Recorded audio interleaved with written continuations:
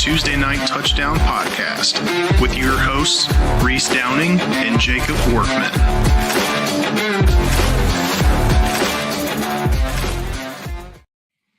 What is up, everyone? Tuesday Night Touchdown Podcast, NCAA edition. It's going to be a little bit of an abbreviated episode here. Obviously, we only have 4 games. If you listen to the last one where we picked, 43 bowl games or something like that? So something crazy, yeah. Yeah, so now we're just doing the quarterfinals. It's going to be really quick.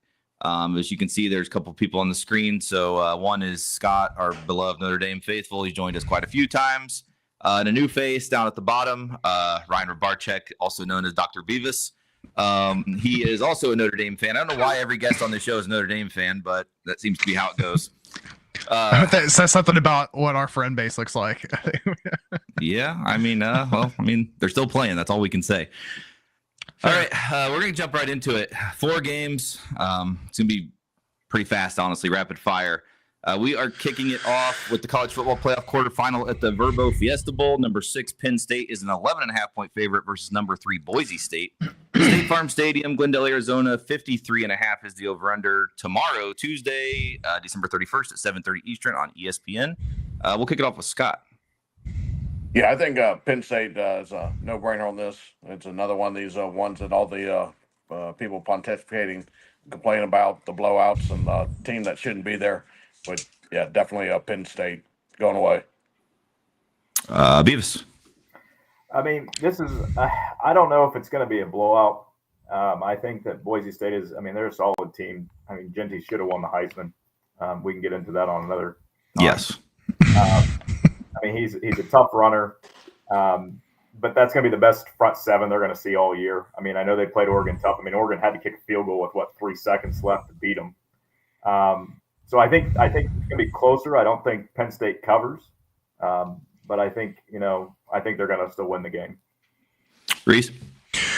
Yeah, so a lot of the notes I've got here kind of align with that. Penn State looked really good in round 1, especially on defense. They held SMU to 253 yards in total offense, forced 3 turnovers. They also rank 6th in the nation in rushing defense, which could pose a challenge to Boise State. Boise has been battle tested a little bit this year. Beavis just talked about them. It took a field goal for Oregon to get them at the last second. So I don't know if Boise gets the outright W here, but Penn State doesn't have the offense that Oregon does. So I'm going to take Boise in the points here to keep it at least within 10.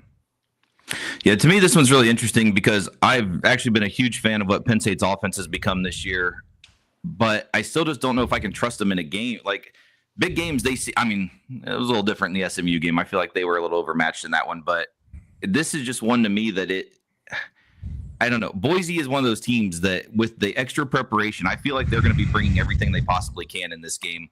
And Genty is Genty. Like, I don't think you can contain him, to be honest. So, I know Boise State down the stretch had a few games where their offense was a little lackluster, but he still had his game and he still ended up winning the games for him.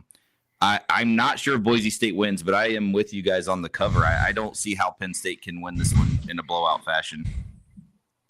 Next, the college football playoff quarterfinal at the Chick-fil-A Peach Bowl. Number 5, Texas, is a 12.5-point favorite versus number 4, Arizona State, Mercedes-Benz Stadium in Atlanta, Georgia.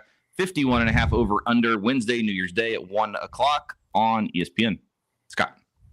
Yeah, I love watching Arizona State. Got to watch them in that championship game. Yeah, they're just a lot of fun. They got a chip on the shoulder, but they don't have the talent and the resume to hang with the big boys. So I think maybe next year, as they get a better roster all the way around, a little more depth, a little more top-end talent. But I love watching them play, but I just don't think they're going to come close today or at the bowl game. Beavis. Yeah, I think this might be the most lopsided game, but I don't think it's even going to – I think it's one of those weird situations. I think that Texas will probably cover, but I think it's going to be lower scoring. I could see something like a 24-10 win for Texas. Scattaboo, I think, he's an old-school throwback running back. I love watching them run with him. Without that Tyson kid that they had at wide receiver, he caught like 3/4 of their passes all year. He was their one breakaway threat. I just don't think they have enough firepower to stretch Texas thin. I know Texas's defense is supposedly really good. I don't think they played at an elite level, consistently. But I just don't see Arizona State being able to win this ball game. Reese. Yeah, I kind of reiterate what Beavis and Scott both said here. I think one of the potential things that could make a difference here is Dilly, right? Dilly goes in, he's going to have these guys fired up and ready to try to prove something. I just don't know if they're going to be able to last through 4 quarters. And not having Jordan Tyson out there, I think, is also going to be a disadvantage. Longhorn defense, top 10 on both sides, both rushing and passing. I think it's just going to be a little too much for the Sun Devils. So I've loved watching Dilly and Arizona State play, but I am going to take Texas here to win and cover. Yeah, I'll be the opposite. I'll take Arizona State. I love this team. I've watched them all year. I love the way they play. The motivation will be there. Texas, to me, is still one of those teams that's not as good as they look. I know on paper they look great, but if you go back and look at last year and look at this year, they've played so many teams that have had backup quarterbacks, and just situationally, they haven't been tested that. I mean, I know they're in the SEC, but their test has not been what people think it's been. They are not that great of a team. I think Arizona State can go in there. I think Arizona State can actually win this game. I would give Arizona State a better chance to win than I would Boise State. So I'm on Arizona State plus the 12.5. A little later in the day, the best game of all, and the best stadium of all, it's college football playoff quarterfinal at the Rose Bowl presented by Prudential. Number 8 Ohio State is a 2.5-point favorite versus number 1 Oregon at the Rose Bowl in Pasadena, California. 55.5 over under Wednesday, January 1st at 5 o'clock on ESPN. Scott. Yeah, I think this is by far going to be the best, most competitive game of the day, possibly even the entire playoffs. I've heard them describe this as already the championship game, just in the second round, which is disappointing, but that's how we got it. I think Oregon has not as much talent by a small margin, but Ohio State's just been disappointing at times. They came out and set the world on fire against Tennessee, just absolutely destroyed them every which way. But then they've also had the Michigan lost, and they already lost once to Oregon. So I'm going to go with Oregon prevailing, and just sit back and watch this one, enjoy it. Ryan. Yeah, I mean, I'm an old school purist. I mean, I love seeing those old school Ducks uniforms there. I'd get rid of all their. Give me the traditional Big Ten, Pac-10 Rose Bowl. So I like to see that. In basketball, college basketball, we always say it's hard to beat a team 3 times in a row in a season. In football, it's hard to beat a team twice. And I think that, Ohio State looked motivated when they came out and played Tennessee. I don't know if that's going to necessarily carry over at the same level. But I think that they have more talent than probably any other school in the playoffs, just in terms of on paper. I don't trust Ryan Day at all, but I think they can and they will go out and likely win this game. I would take them to even cover by kicking a field goal or something like that to get over the hump. So I got Ohio State in this one. Reese. Yeah, I mean, to me, Will Howard looked really good in the game against Tennessee, but that was kind of an outlier game for him. I don't think he's not been able to perform that well throughout the entire course of the season. I do think Chip Kelly's probably going to get a little bit more creative in this game. He's probably going to be a little bit more aggressive, maybe throw some more wrinkles in there. But to Beavis's point, I think the X factor here is coaching, and Dan Lanning is one of, if not the best motivator in the country. And Oregon has had a couple weeks to be able to prepare for this Ohio State team. It is difficult to beat the same team twice in a row, but I think it's going to happen here. So I'm taking the Ducks plus the points in this. Yeah, to me, this kind of goes back to like the Washington-Oregon last year. Like Oregon was favored against Washington the second time, and I still don't know why. It doesn't make any sense to me. And kind of in this game, it's the same thing. Like I don't understand why Ohio State's the favorite in this game. Oregon, if you go back and watch the game they played in Eugene, I mean, it was a duel. Like Will Howard had a great game. Jeremiah Smith had a ridiculous game. So did Ibuka. I mean, the stats were crazy. Like there was no real mistakes on either side of the ball, other than Ohio State did have the turnovers. That's what lost them the game essentially. But like you just said, with the motivation of Dan Lanning, the extra time, it's the Rose Bowl. Like I think this is going to. I mean, I know Ohio State fans travel pretty well, but we saw what the stadium looked like against Tennessee. I think we're going to see a lot of green in Pasadena, and I like Oregon to win this game outright. So I will be on Oregon. One that you guys will definitely have some interest in, the very last one of the weekend, the college football playoff quarterfinal at the All-State Sugar Bowl. Number 7 Notre Dame versus number 2 Georgia. Georgia's a 1.5-point favorite at the Caesars Superdome, New Orleans, Louisiana. 45.5 over under Wednesday night, January 1st at 8:45 Eastern on ESPN. Scott. Well, I think actually the point total might actually be a little high with the defenses that both these teams bring and the suspect quarterback play at times. They got the new quarterback backup for Georgia jumping in there. He had an all right second half. But he had to come out of the game for the handoff to be made for the win. Notre Dame, the passing game is suspect at best. They have an explosive run offense, but that's right into Georgia's strength in that defensive tackle. He's going to be back, so the challenge is going to be there. Injuries have all season taken a toll on Notre Dame. Just a cumulative effect really makes me worried about where this game is going to end up. I have the most questions about which way this game's going to go out of all four of them. I'm going to pick Notre Dame just because I'm a homer and I own it. But I also could see this turn into an old-fashioned blowout that Notre Dame suffered against the premier teams, and back to the drawing board. Ryan. Okay. I mean, I'll completely own that I'm, a diehard Notre Dame fan, but I'll try to take that hat off for a moment and try to look at this. I mean, obviously Kirby Smart had, time to prepare with this new quarterback. I mean, he's not, and when we talk about this is Georgia. I mean, this isn't some slouch program. I mean, even a backup quarterback's still going to be a good kid. I mean, he's just not going to have the experience. I don't know if Notre Dame even fared better if Carson Beck was playing. Just because of maybe the limitations on his physical attributes in terms of maybe moving around in the pocket. I think that gives Notre Dame a little bit more problems that way. I think, Notre Dame's going to look at it, and Al Golden's going to say, we're going to challenge them. We're going to load the box. We're going to put our secondary out on islands and hope that they can survive.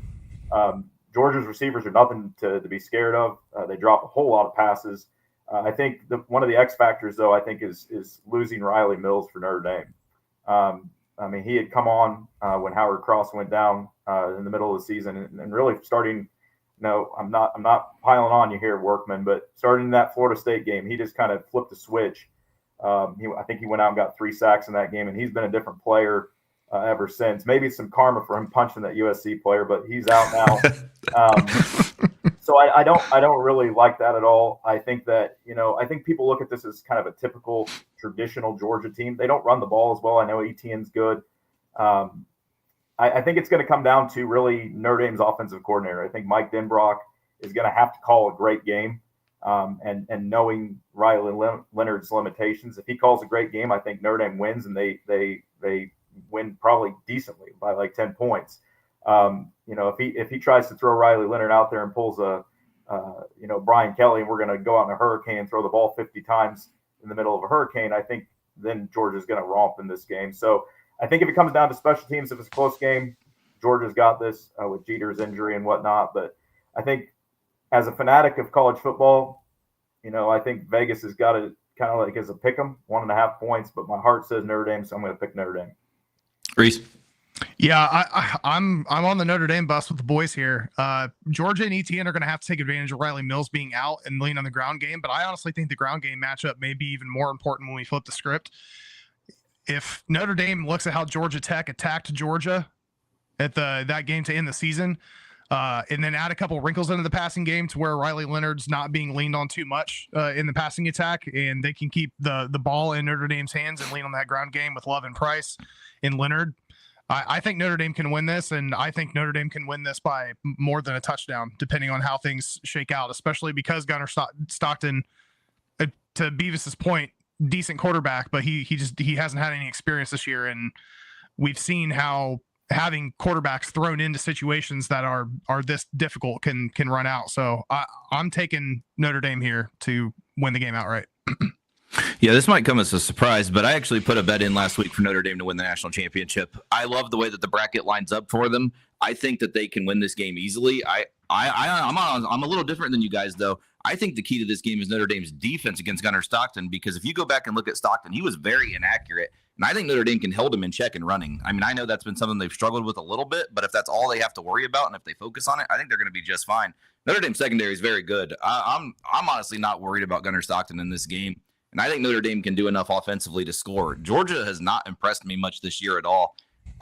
I love Notre Dame's path to the national championship here. And honestly, I think they're going to be in the national championship game. That's going to start by beating Georgia here. So that is it for the 4 games we're picking this week. Reese, you pull up the bracket real quick. So judging by our little consensus, well, we didn't really have a consensus other than Notre Dame, I think.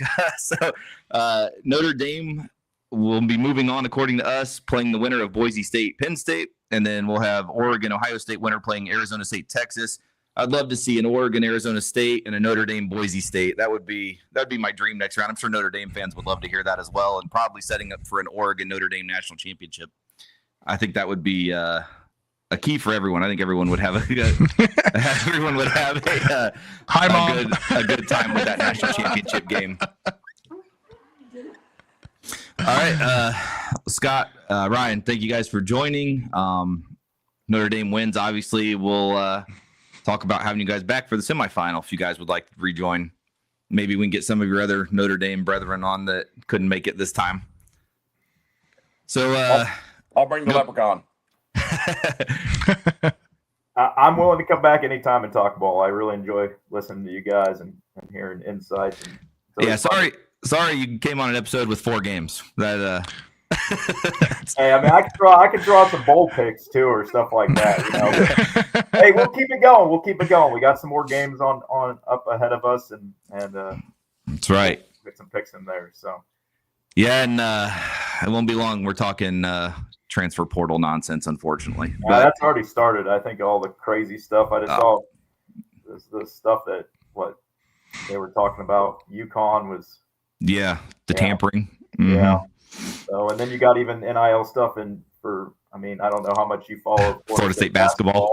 Yeah, that's turned into a show today. So, but yeah, it's a crazy world in college sports right now. Yep. All right, but we will wrap it up. If you're watching live, we'll be back live with the NFL episode here shortly. So for Jacob Bergman, Reese Downing, our guests Scott and Ryan, we will see everyone in. I'm not sure what date the episode will be for the college football playoff semifinals, but we will see everyone then. See ya. Thank you. Cheers, guys.